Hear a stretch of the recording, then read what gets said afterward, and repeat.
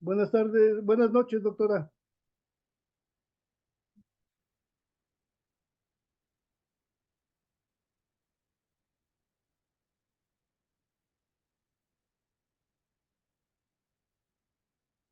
Doctora, ¿me escucha?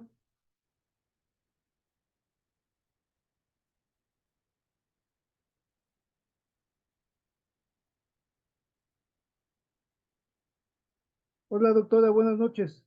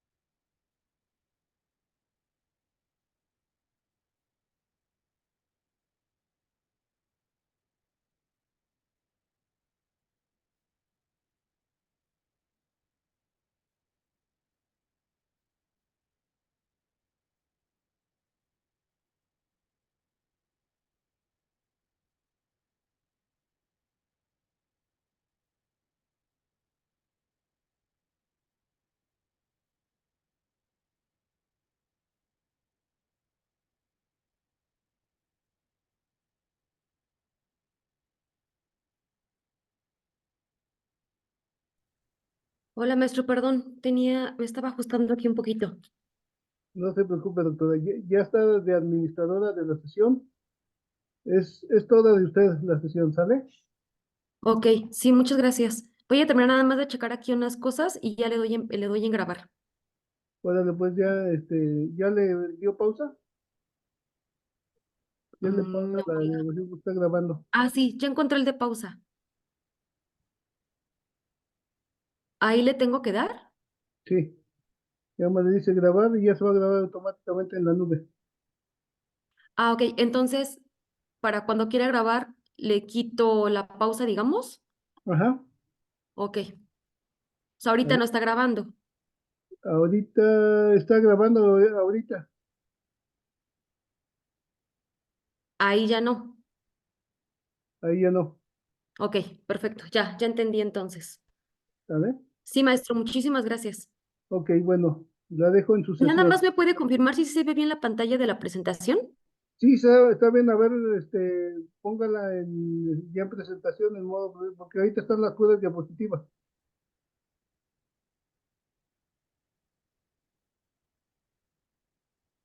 Ahí ya se ve bien. No siguen estando las diapositivas. Ahí en la parte inferior derecha, lo de Ajá. presentación.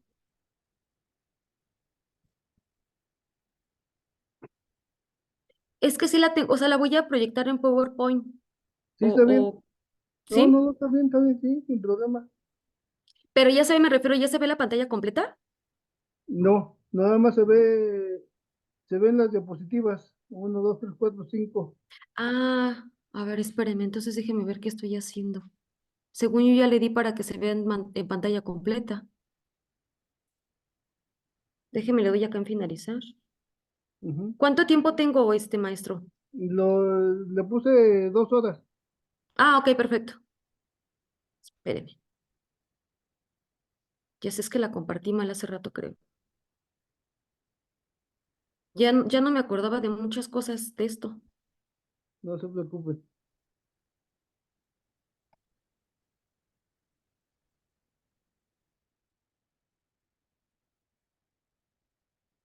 Aún no, ¿verdad? No se ve bien. No, uno, A ver, así, oiga.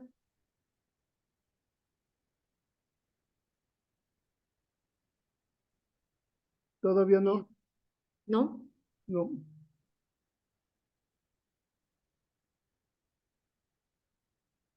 Mm, mm, mm.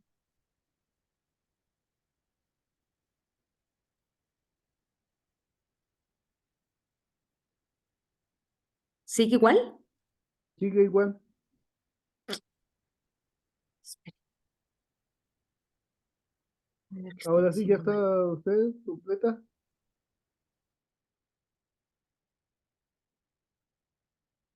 Ok.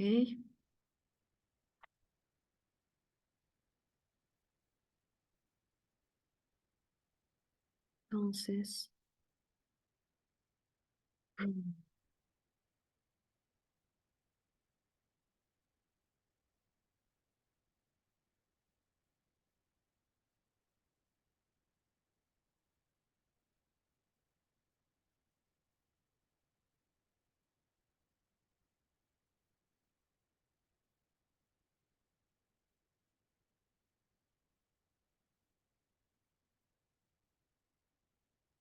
Ahí está, doctora. ¿ya, verdad? Ya, Ok. Muchísimas gracias, maestro. Ya ahorita bueno, ya nada más termino de ver aquí y ok. ya empiezo. Dale, pues la dejo en su sesión. Sí, muchas gracias, maestro. Buenas noches. Buenas noches. Al final solamente le quito el icono, ¿verdad? Sí, al final ya nomás cierra su sesión y se empieza a grabar solito en automático en la nube. Ok, perfecto. Entonces, graba cuando ahorita está grabando, ¿verdad? Ahorita está grabando. Ok, ya. Entonces ahora sí, ya. Gracias, maestro. Muy Órale, pues, amable. bueno, buenas noches. Buenas noches.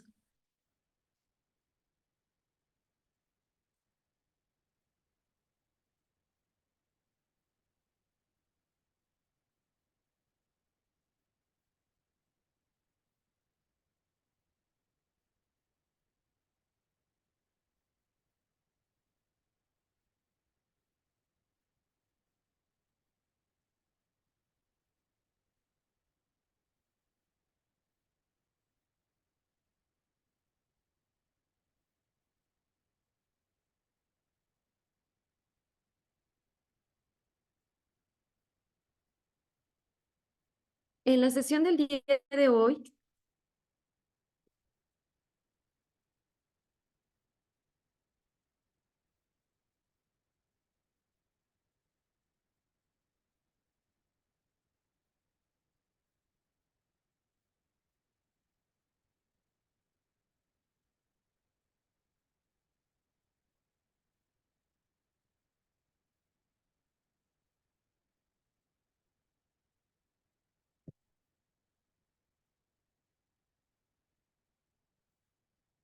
en la sesión del día de hoy vamos a abordar el libro La naturaleza del aprendizaje, usando la investigación práctica para inspirar la práctica.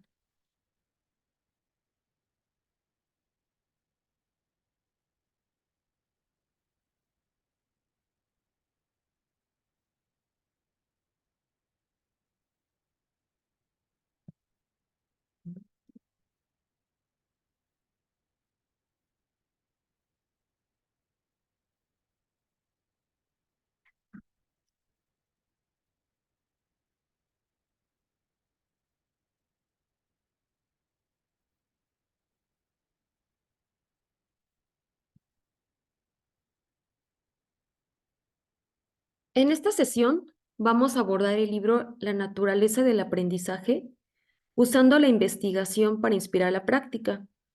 Este libro está en colaboración por tres instancias. La primera es la OSD, que significa Organización para la Cooperación y el Desarrollo Económico. Después tenemos la Oficina Internacional de Educación, que un dato curioso de esta organización, bueno, es que se creó en 1925 en Ginebra, Suiza. De hecho, uno de los directores fue Piaget, por eso la importancia de compartirles este dato. Y después, en 1969, se fusiona o pertenece más bien ya a la Organización de las Naciones Unidas para la Educación, la Ciencia y la Cultura.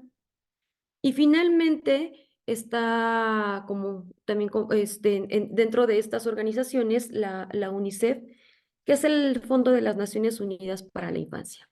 Bien, en específico vamos a abordar el capítulo 11. Este capítulo tiene por nombre Los efectos de la familia sobre el aprendizaje y la socialización de los niños. Es una investigación de la Universidad del Estado de Michigan por tres autoras, Bárbara, Vanessa y Larisa. Ellas comparten, la verdad es que es un estudio muy interesante sobre estos efectos. En la parte de la introducción, bueno, lo que ellas dan es un resumen a grandes rasgos donde dicen cómo la investigación demuestra cómo el bienestar y el desarrollo de los niños están influenciados por la participación de las madres y los padres. Les repito, un tema bastante interesante, cómo lo van abordando ellas. Y hacen una afirmación derivada de esta investigación, en donde dicen que es más probable que los niños aprendan cuando proceden de entornos familiares estructurados, cuyas expectativas sobre el aprendizaje son claras, o sea, hay una claridad en las expectativas como familia. Y están, pero también no solamente están claras las expectativas, sino son adaptadas a las características y necesidades de los niños, así como a la personalidad. Esto es bastante interesante, ¿no? No solamente son entornos familiares estructurados que tienen que ver con el aprendizaje, sino todo el entorno del niño, la personalidad, las necesidades, etcétera. Y abarca prácticamente como tres preguntas o tres fundamentos que rigen toda esta investigación, que es el cómo influencian las familias el desarrollo del aprendizaje de los niños, qué influencian las familias y cuándo ocurre esta influencia. Dentro de este capítulo, de esta investigación, aborda estas tres preguntas. Bueno. El capítulo inicia de esta manera en el responder el cómo influencian las familias el desarrollo del aprendizaje de los niños y menciona tres efectos. El primer efecto que menciona es los factores genéticos, el segundo son las variables de estatus y el tercero son los efectos paternos sobre el aprendizaje en las variables del proceso. En cada uno de estos efectos, a su vez, va abordando diferentes puntos. Ellos los clasifican y, bueno, de acuerdo a los temas que van abordando, entran en alguno de estos efectos paternos. Lo primero que son los efectos paternos sobre el aprendizaje, que lo abordan específicamente los factores genéticos. Bueno, aquí hablan es que de repente es confuso el entender cómo es que las familias realmente influencian en el aprendizaje de los niños. Para esto las autoras dicen que definitivamente se deben de considerar las condiciones biológicas y ambientales en este proceso de desarrollo de aprendizaje de los niños. Mencionan también esta parte de la investigación, diferentes estudios, algunos de una perspectiva específica y algunos de una perspectiva global. Sin embargo, el eje o el concepto central de esto es la perspectiva genética.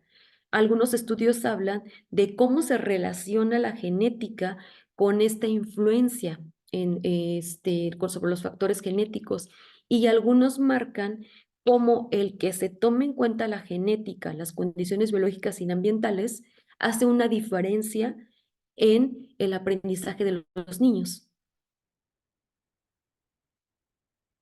Mencionan también, dan mucho pie a todo este desarrollo neurocientífico, precisamente porque estamos hablando de la cuestión de la genética, en donde dice que la estructura y el funcionamiento del cerebro, de acuerdo a investigaciones, cómo el funcionamiento del cerebro y cómo este se relaciona con el aprendizaje y la memoria. Precisamente por eso abordan lo que son los estudios neurocientíficos. Y hay un dato muy interesante de compartir que mencionan es que el cerebro es maleable. Entonces, se va adaptando de acuerdo a lo que necesita experimentar a lo largo de toda nuestra vida. Todo esto tiene que ver con la cuestión de la neurociencia, de los neurocientíficos.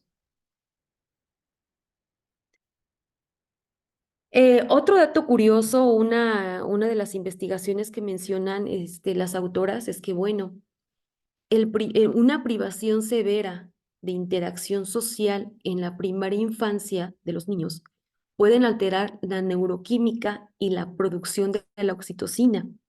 La primera infancia es marcada desde el nacimiento, o sea, desde los ceros, lo dicen los autores, hasta los 8 años. Entonces, dicen que una privación de la interacción social, pues provoca alteración neuroquímica y falta de producción de la oxitocina. Y bueno, la oxitocina entendida como una hormona que implica o está implicada más bien en el comportamiento social que incide en las vinculaciones afectivas y así como en la protección contra la tensión y las psicopatologías, tales como la ansiedad y la depresión. Un claro ejemplo de todo esto, pues, es lo que provocó la pandemia. Muchos de los niños se encontraban en esta primera infancia y bueno, el privarlos severamente, bueno, colocando la palabra severa como la mencionan las autoras, de la interacción social, pues provocó en algunos de estos niños algunas cuestiones de tensión, de ansiedad y de depresión, que si bien no se presentaron a corto plazo, algunos son efectos secundarios que están presentando algunos niños a largo plazo, ¿no? Y bueno, aquí está un poco la explicación del por qué sucedió eso y es lo que muchos autores ahora manejan como el efecto de los niños pandemia, ¿no? Que aparentemente son niños que no saben relacionarse, son niños cohibidos, son niños que incluso algunos veían a otras personas y lloraban de no haber convivido, pues precisamente tiene que ver esto por la alteración de la neuroquímica y la falta de producción de la oxitocina. Esta investigación dice que entre más tengamos más interacción social, pues esta producción de oxitocina se eleva. Menciona también un ejemplo sobre esto, sobre un estudio que hacen sobre niños adoptados, bastante interesante, se los voy a compartir, en donde dice que, bueno, antes de que los niños fueran, el coeficiente intelectual de los niños antes de que fueran adoptados, bueno, muchos de ellos presentaban abusos o habían sido abandonados de pequeños, el coeficiente intelectual que ellos presentaban era menor de 86, o sea, un porcentaje o un número bajo para ser un coeficiente intelectual. ¿Qué pasó una vez que adoptaron a estos niños pequeños? Nuevamente les hicieron un estudio a los 13 años y bueno, ahí descubren dos situaciones en esta investigación o dan cuenta de dos situaciones, que la primera es que los niños adoptados con un estatus socioeconómico más elevado, su coeficiente intelectual había aumentado al 98, mientras que los niños adoptados por un estatus socioeconómico inferior a lo que se puede llamar elevado, presentaban un coeficiente intelectual de 85, ¿no? Entonces, también este estudio entra como que un poco más a fondo y dice que, por supuesto, que los efectos hereditarios del coeficiente intelectual correspondían significativamente al de sus padres biológicos, independientemente del estatus socioeconómico de su familia adoptiva, ¿no? Entonces, aquí se traspolan dos cosas o de repente esta investigación da un giro, porque primero analizan la cuestión socioeconómica y ven, bueno, que evidentemente hay un cambio con los niños que tienen un estatus socioeconómico, las familias que los adoptaron y se eleva, a comparación de los niños que tienen un estatus socioeconómico inferior a sus familias adoptivas, incluso en algunos baja, ¿no? Pero de ahí se deriva otro estudio en donde dice, a ver, momento, claro que sí se puede relacionar un poco el estatus socioeconómico, pero el mayor peso que tiene este cambio o este número de coeficiente intelectual que están presentando los niños es por el factor hereditario del coeficiente intelectual.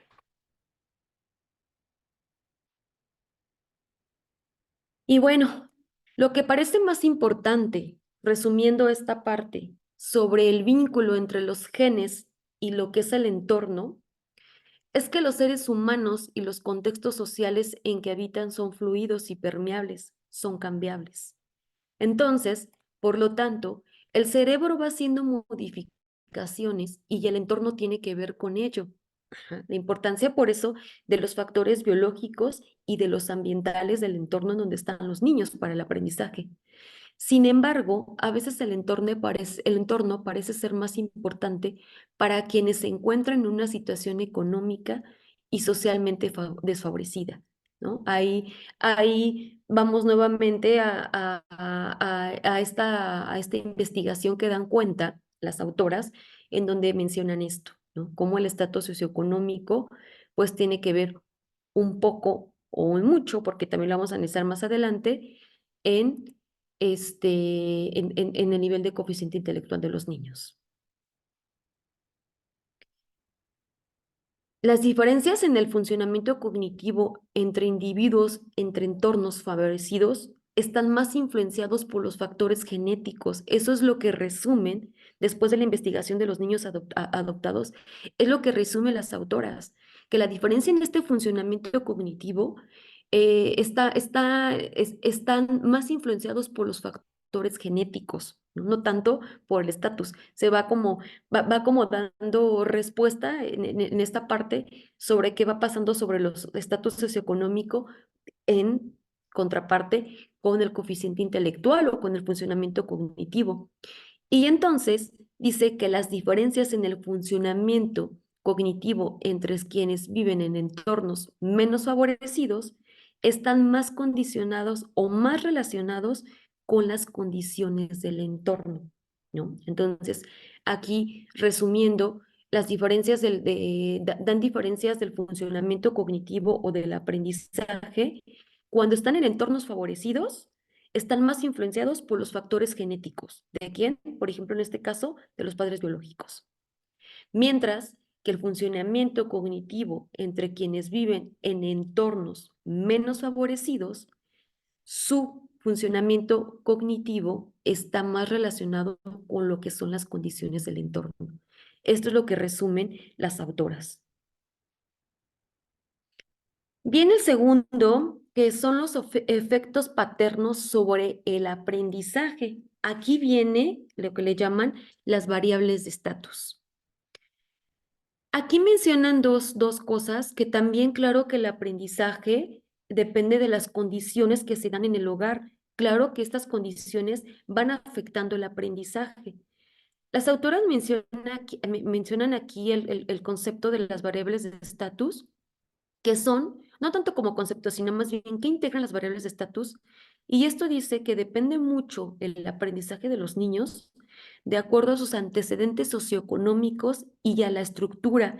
Estos dos aspectos son los que influyen en el proceso de aprendizaje, ¿no? Entonces, son estos antecedentes socioeconómicos y son la estructura familiar.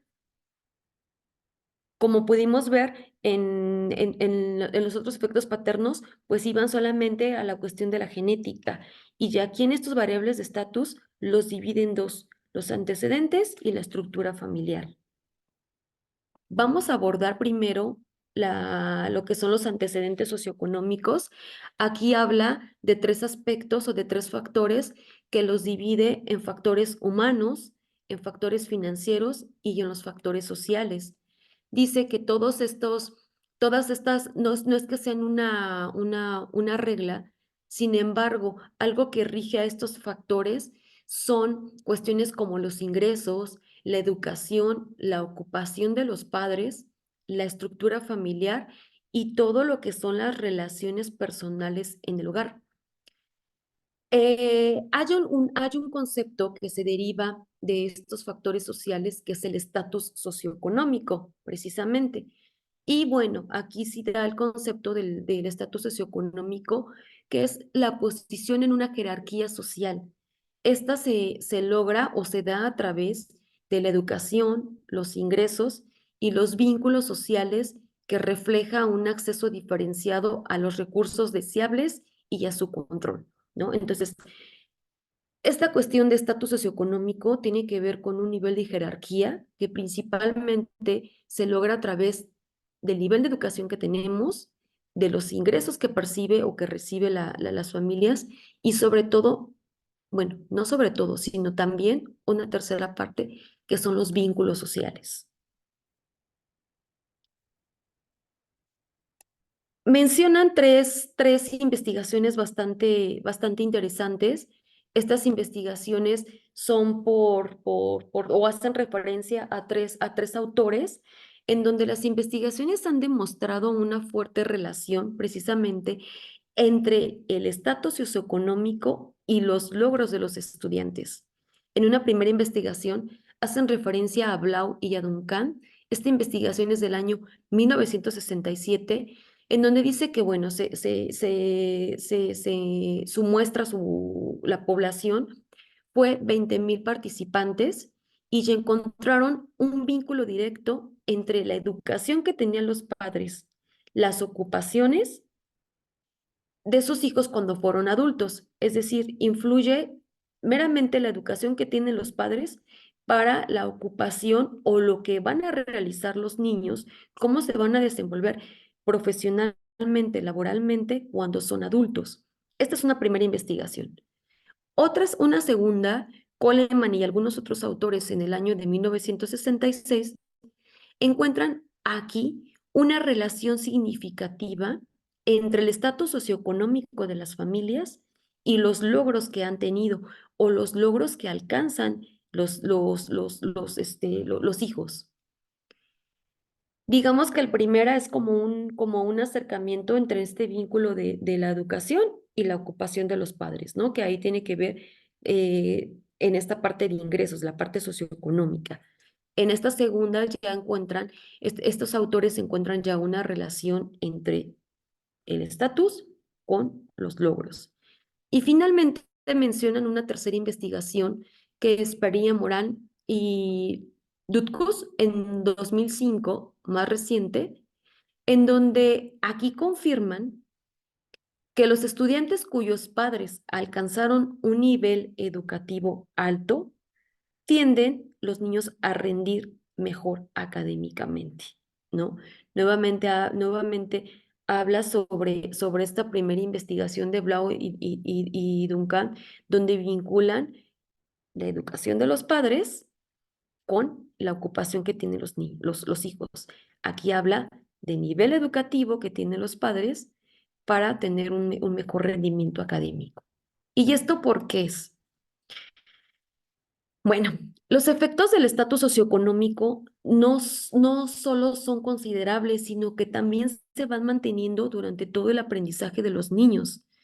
Los niños de un estatus socioeconómico inferior están en riesgo de repetir grado y lo que se llama el abandono de la escuela, el abandono escolar, que precisamente los estudios que hacen referencia las autoras quizá terminan en el nivel básico, lo que es el kinder y la primaria, pero tienen una tendencia muy alta de abandonar la educación secundaria.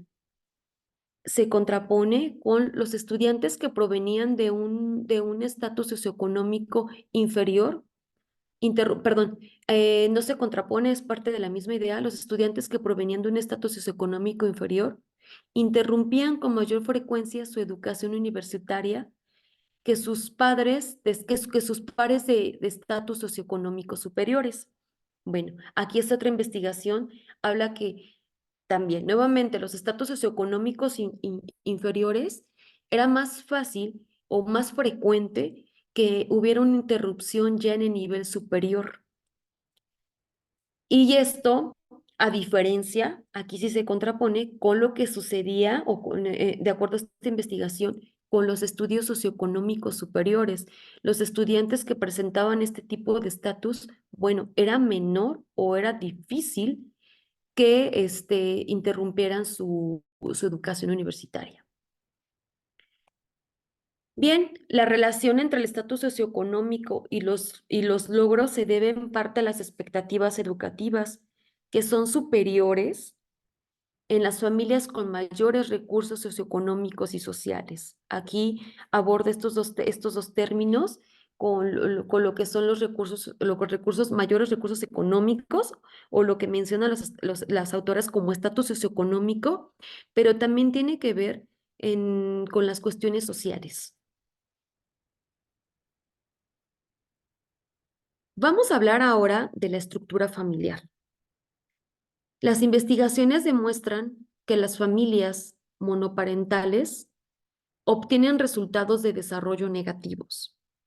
Vamos a ver que las familias monoparentales es este tipo de estructura en donde está formado por hijos, hijo, y solamente la presencia de uno de los padres. Puede ser mamá o puede ser papá. Entonces, este es un tipo de estructura familiar y las investigaciones dan cuenta que cuando hay este tipo de estructura, pues la tendencia es que se obtengan resultados de desarrollo. Estamos hablando de desarrollo, aprendizaje negativos. El tamaño de las familias y la responsabilidad de los padres influyen en el aprendizaje y las capacidades sociales de los niños. Estos factores están asociados a la cantidad de tiempo.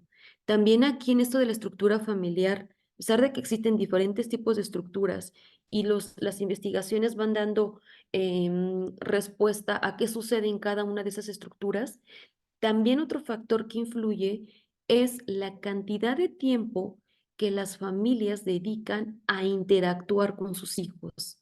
¿Mm?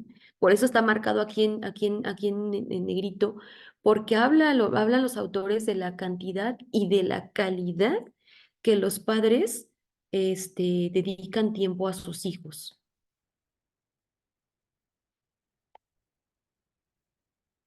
A diferencia, estábamos hablando de las familias monoparentales, este estudio ahora habla de qué sucede con las familias biparentales. Las habilidades eran superiores en los niños que provenían de familias biparentales. Biparentales, bueno, ahí ya es donde la estructura es papá, mamá, hijo o hijos. Ajá. Algunos también asociaban por los ingresos familiares y el nivel de pobreza, ¿no? No se deja atrás nunca esta parte socioeconómica, el estatus socioeconómico. Abordan también una parte interesante en donde dicen que las experiencias laborales de los padres, aunque sus efectos son menos, también influyen en esta parte del aprendizaje. Tiene que ver con la estructura familiar, toda la cuestión laboral de experiencia que tengan los padres. Aunque no influye en la totalidad, también es un factor. Las características del trabajo y las actitudes que los padres tienen respecto a él pueden dar forma a los valores profesionales que después van teniendo los adolescentes. Van replicando lo que va sucediendo en esta estructura familiar. Vamos a abordar ahora los efectos paternos. Vamos ya vimos los dos primeros, ahora vamos con el tercero. Los efectos paternos sobre el aprendizaje. Ahora habla sobre las variables del proceso. Vamos a ver qué significa esto. Bueno, ahora inicia esta parte diciendo que las variables de estatus no explican todo. Recuerden que las variables de estatus es la estructura familiar y el estatus socioeconómico. No explican en todo o realmente no explican cómo se da la relación entre los antecedentes familiares y los logros académicos. Son como ideas sueltas que dan en esta investigación, ¿no? A lo que realmente se tiene que poner atención es en los procesos y mecanismos. ¿A qué se refiere esto de los procesos y mecanismos? Bueno, uno, en cómo es la interacción de los padres con sus hijos. ¿Qué tanto tiempo se toman en supervisar su comportamiento y los ayudan con sus deberes? Y finalmente abordan otro punto o otro proceso y mecanismo en esta tensión de las variables del proceso, de cómo se da el aprendizaje, sobre cómo conversan sobre las oportunidades escolares futuras. Estos tres son los procesos y mecanismos. Estas variables del proceso las dividen en 5 puntos, abordan 5 puntos que responden precisamente cada una de ellas a estos procesos y mecanismos. Están inmersas no deja muy claro este capítulo a qué se refiere, pero como son 5 puntos, son 5 claves. El primero es el apego y la sensibilidad. El segundo es la forma de educar a los hijos. El tercero hablan sobre sobre desarrollar la capacidad de actuar. El cuarto, mediar la influencia de los compañeros. Y el quinto y el último es el involucramiento de los padres en el aprendizaje en las escuelas. Vamos a abordar el primero, que es el apego y la sensibilidad. Aquí habla que el estatus socioeconómico es importante en el aprendizaje de los niños, los actos de los padres, independientemente de las limitaciones económicas y sociales que puedan hacer frente. A ver, más bien, a ver, el estatus socioeconómico es un factor importante en el aprendizaje de los niños. Ya lo vimos en la variable pasada. Pero bueno, los actos de los padres, independientemente a las limitaciones económicas y sociales que puedan hacer frente, esto es un determinante en el desarrollo cognitivo y social de sus hijos. ¿Cómo los padres enfrentan estas limitaciones económicas y sociales que pueden tener?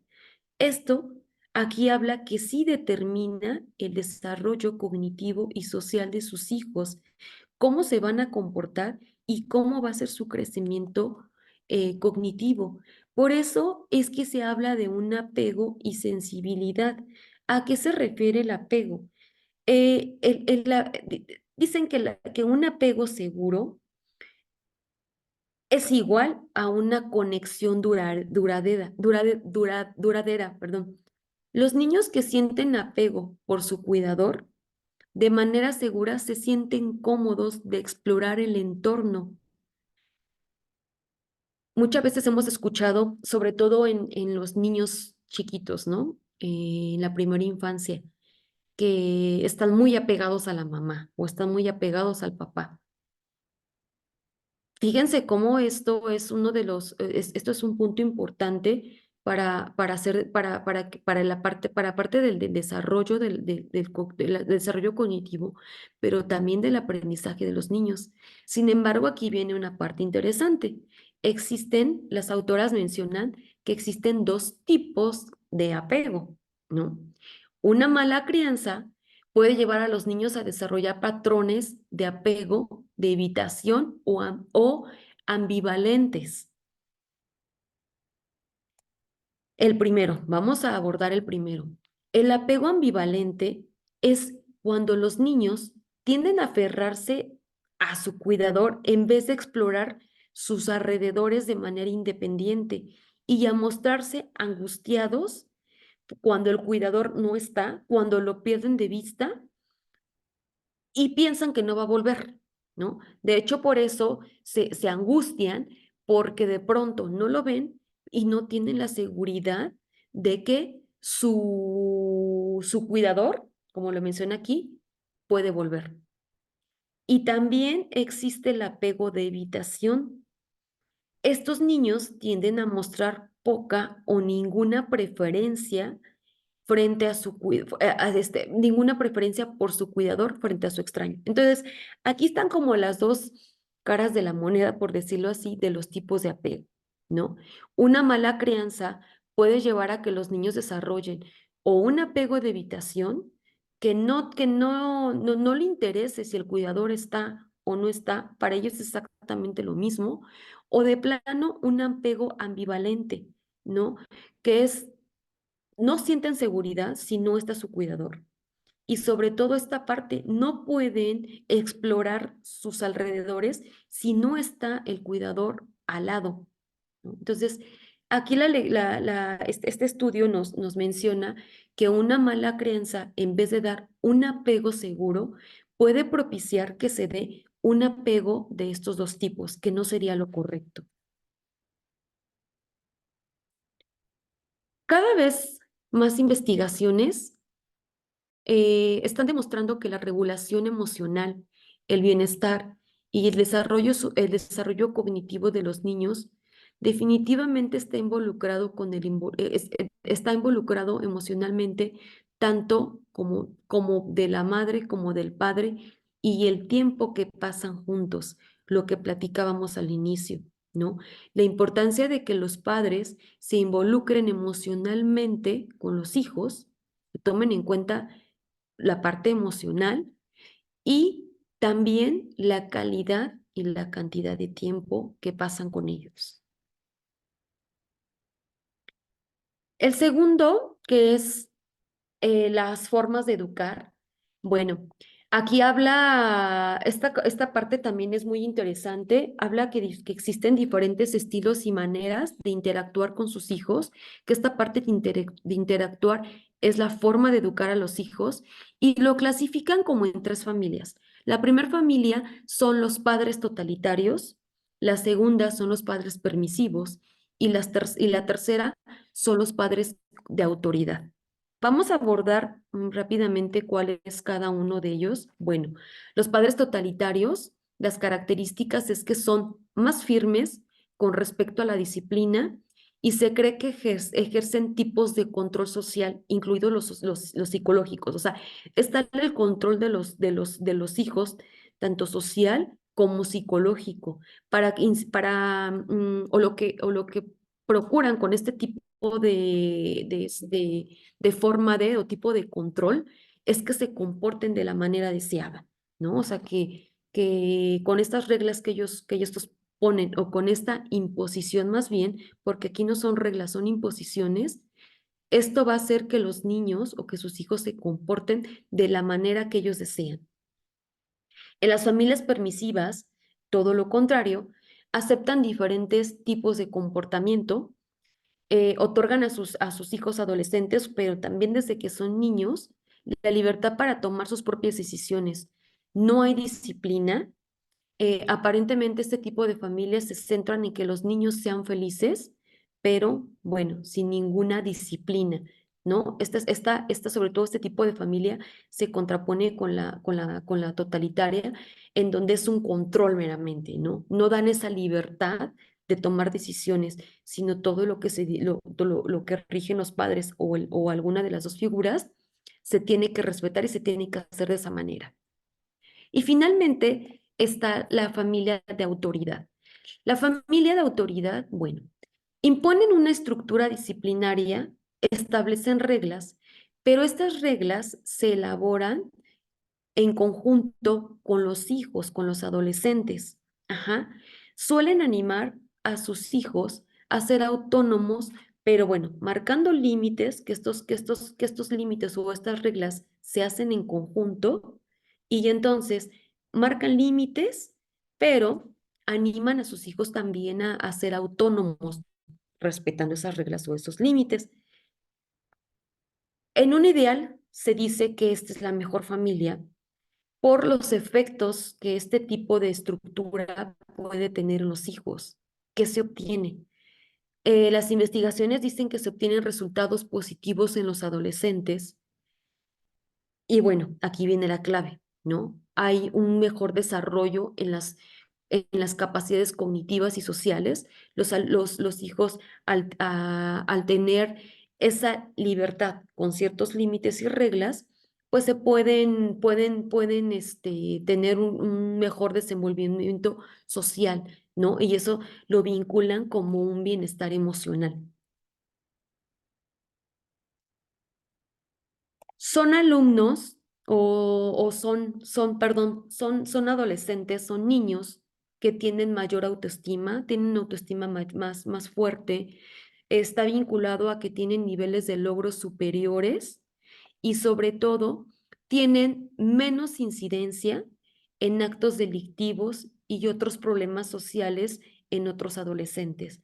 Por eso se dice que este tipo de familia puede ser la ideal, ¿no? Este constructo de que se haga en familia reglas que se tome en cuenta a los hijos en este reglamento, en estos límites que se pueden colocar como familia, permite mayor libertad, y esta libertad hace que los hijos, que los niños se desarrollen con una autoestima mayor, ¿no? Y que también sus logros académicos también sean superiores.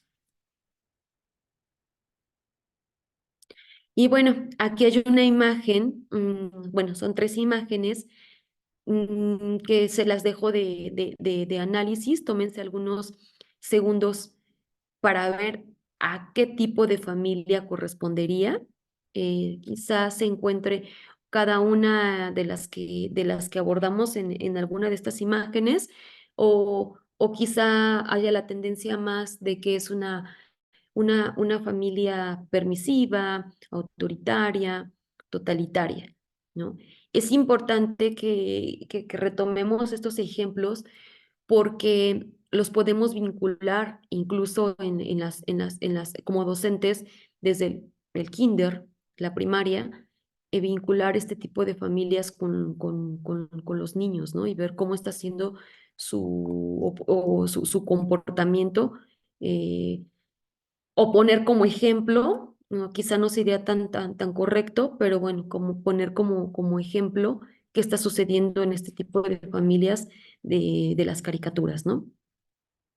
Bueno, vamos a hablar ahora sobre el desarrollar la capacidad de actuar.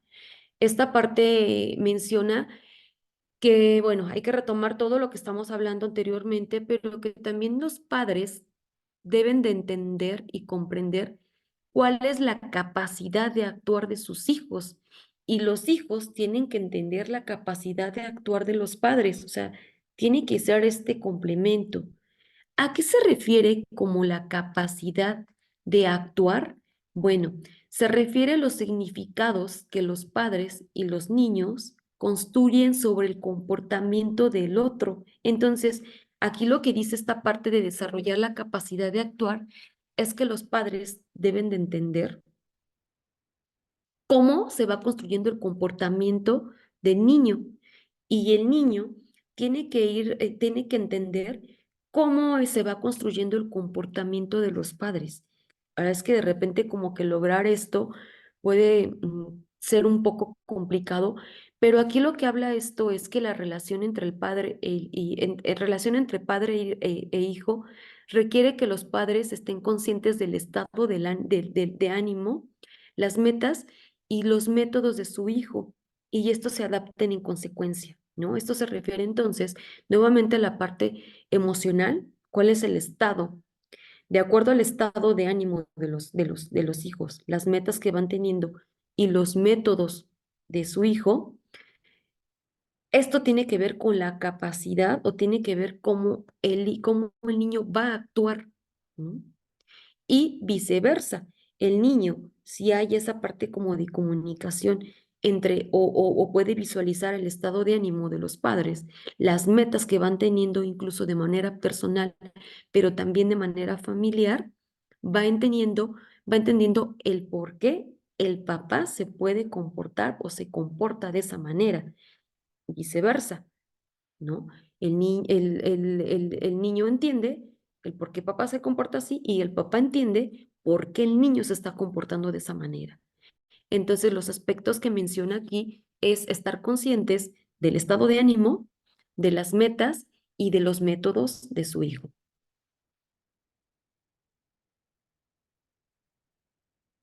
No hay comportamientos preferidos o no hay comportamientos adecuados.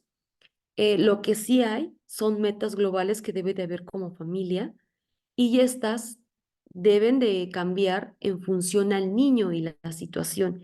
Esto, esto hace mucho hincapié en las investigaciones se mencionan en este capítulo, es que precisamente se tiene que ir adaptando o se tiene que ir moldeando todos estos métodos o todos estos comportamientos de acuerdo a lo que está pasando con el niño, a su entorno y la situación. La influencia de los padres durante este periodo se aleja de la escuela y la vida social y se ciñe más en el hogar.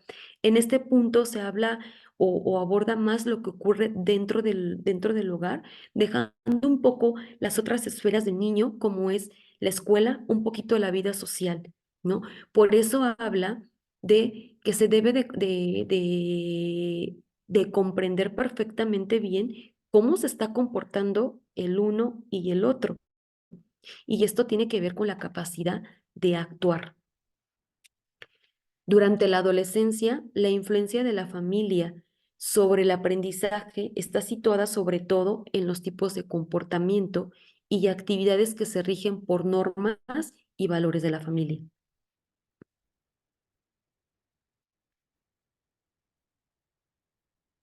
La capacidad de acción se puede entender a través del análisis esto lo abordan las investigaciones de cómo los padres trasladan esta capacidad a sus hijos, cómo los padres traducen valores sobre la escuela a sus hijos y cómo los padres preparan a sus hijos al elaborar estrategias sobre sus metas educativas. Mediar la influencia de los compañeros, esto lo abordan muy rápido, que los entornos familiares pueden servir de protección contra asociaciones dañinas con los pares y otros adultos, o bien ser potencialmente factor de riesgo dependiendo de cómo está estructurada la dinámica familiar.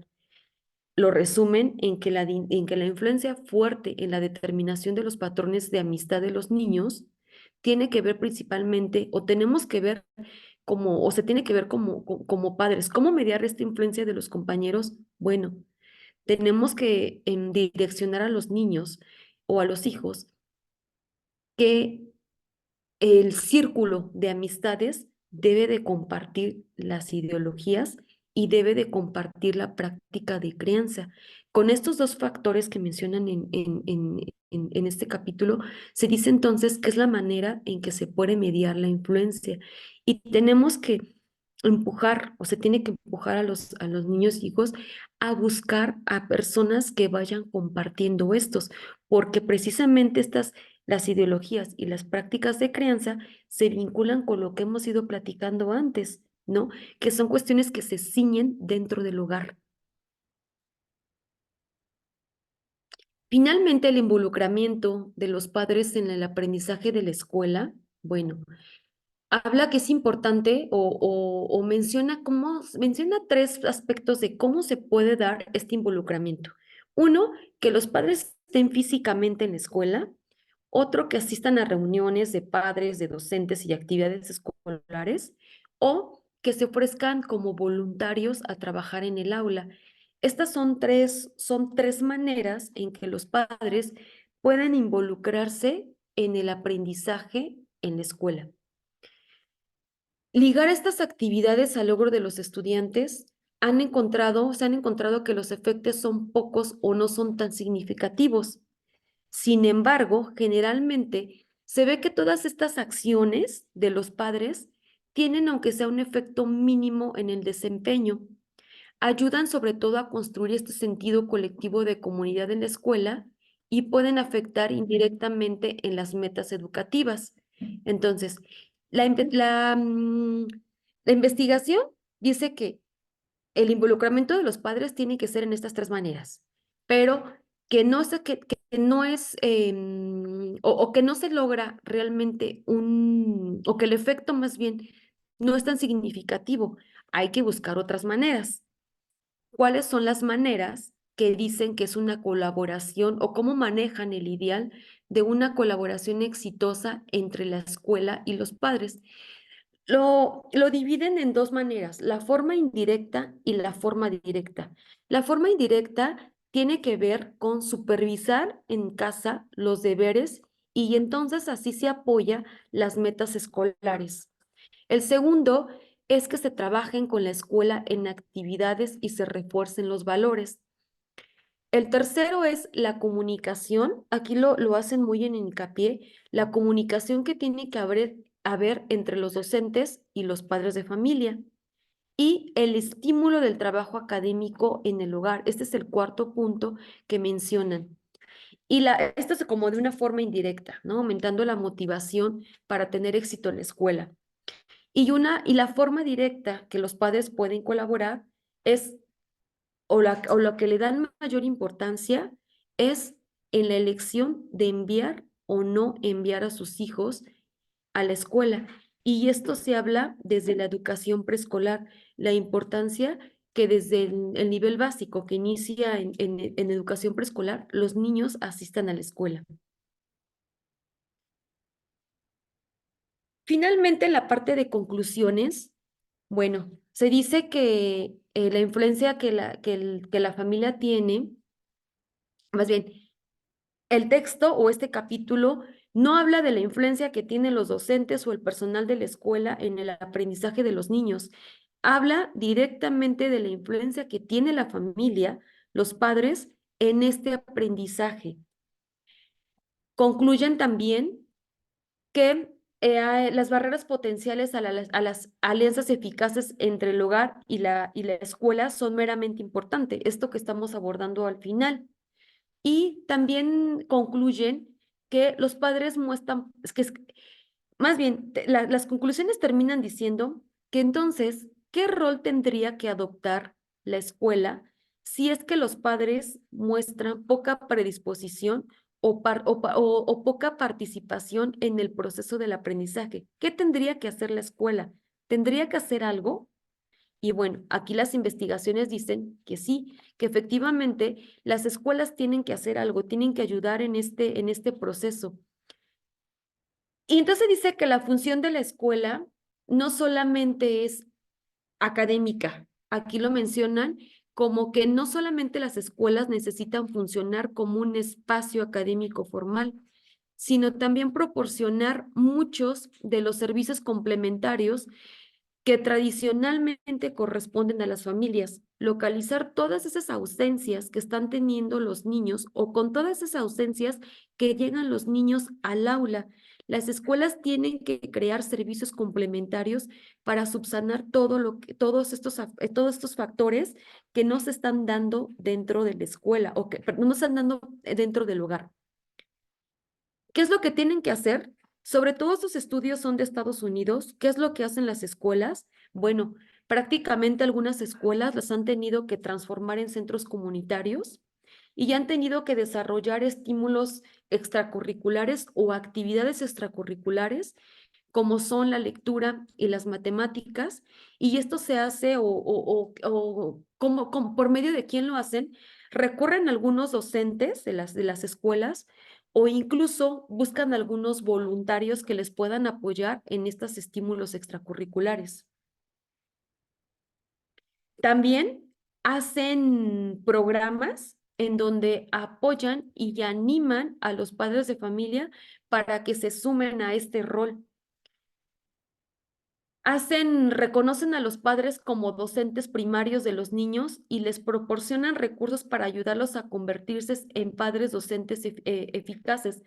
Hacen muchos programas para fortalecer esta parte y también hacen reuniones de grupo con los padres, exámenes y supervisiones periódicas del desarrollo educativo y sensorial por parte del programa y acceso a un centro de recurso para padres.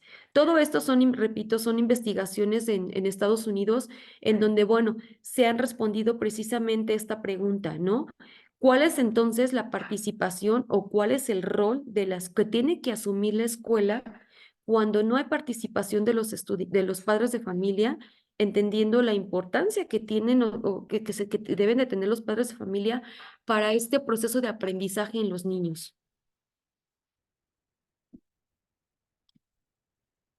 Finalmente, abarca que aunque la política educativa y las decisiones de financiamiento apoyan iniciativas basadas en la escuela, también es importante que la política educativa apoye programas basados en la familia, en donde se continúe con estos programas, en donde animen a las familias a que precisamente actúen como un factor para este funcionamiento de aprendizaje en los estudiantes como un agente educativo, ¿no? Que entiendan que las familias es la clave del agente educativo para sus hijos, para el proceso del desarrollo del aprendizaje. Alterar la dinámica familiar, particularmente en el ámbito de la crianza, es difícil y el rol oficial del gobierno en esta esfera no está claro. Sin embargo, el apoyar solamente a las escuelas no es suficiente. Esto viene con la idea del párrafo anterior, en donde concluyen las autoras de la Universidad de Michigan que, bueno, que no solamente la política educativa o las decisiones en la estructura de cómo se deroga el recurso, no solamente se debe de apoyar a las escuelas, sino también un complemento o una parte importante es generar todos estos programas hacia los padres de familia en donde se les dé la importancia y entiendan el rol que ellos tienen en todo este proceso de aprendizaje.